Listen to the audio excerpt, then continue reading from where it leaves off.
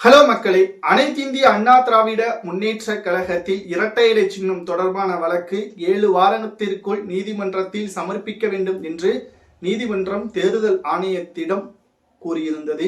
இன்று வரை தேர்தல் ஆணையம் அதிமுகவில் எடுக்கப்பட்டுள்ள தீர்மானங்கள், பொதுச்செயலாளராக எடப்பாடி பழனிசாமி தேர்வு செய்யப்பட்டது போன்ற பல்வேறு கேள்விகளுக்கு தீர்வாக தேர்தல் ஆணையம் நீதிமன்றத்தில் கொடுக்கவில்லை.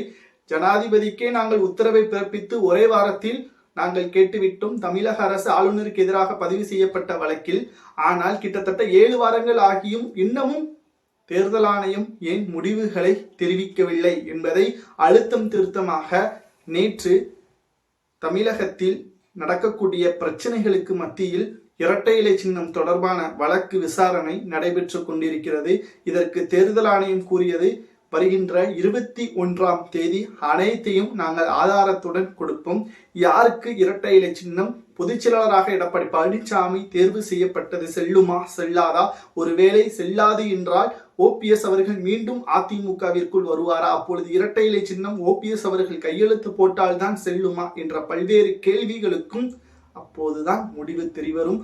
இப்பொழுது ஓபிஎஸ் அவர்கள் என்ன கூறுகிறார் என்றால், தீர்ப்பு வரட்டும், அது எதுவாக இருந்தாலும் நாங்கள் ஏற்றுக்கொள்கிறோம், உண்மை என்றைக்குமே வெல்லும், கடைசி நேரத்தில் கூட நிச்சயமாக அதிமுக இரட்டை இலை சின்னம் எங்களுக்கு சாதகமாகத்தான் வரும், நாங்கள் எந்த ஒரு தவறுமே செய்யவில்லை, பொதுச்செயலாளராக எடப்பாடி பழனிசாமி தேர்வு செய்யப்பட்டது சுயநலம், இரட்டை இலை சின்னம் தற்பொழுது எடப்பாடி கைக்கு வர வேண்டும் என்பதற்காக அவசர வழக்கையும் எடப்பாடி பதிவு செய்து வைத்திருக்கிறார். ஆனால் நீதிமன்றம் இறுதியாக என்ன கூறுகிறதோ அதை நாங்கள் முழுமையாக கட்டுப்படுவோம் என்று ஓபிஎஸ் அவர்கள் தெரிவித்திருக்கிறார். இரட்டை இலை சின்னம் தொடர்பாக நீதிபதி அடுக்கடுக்கான கேள்விகளை தேர்தல் ஆணையத்திடம் முன்வைத்திருக்கிறார்கள். இத்தனை வருடங்களாக ஏன் காலதாமதம்? இரு தரப்பினர்களிடமும் நீங்கள் கேட்டுவிட்டீர்கள், ஆதாரத்தையும் பெற்றுவிட்டீர்கள், இறுதியான முடிவை தெரிவிப்பதில் உங்களுக்கு என்ன கடினம் என்ற கேள்வியையும் நேற்று நீதிபதிகள் முன்வைத்திருக்கிறார்கள்.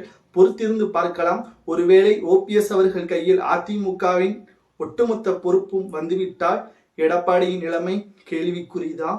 அதேபோல் எடப்பாடி பழனிசாமி அவர்களது கைக்கு வந்துவிட்டால் ஓபிஎஸ் அவர்கள் நீக்கப்பட்டதுதான்.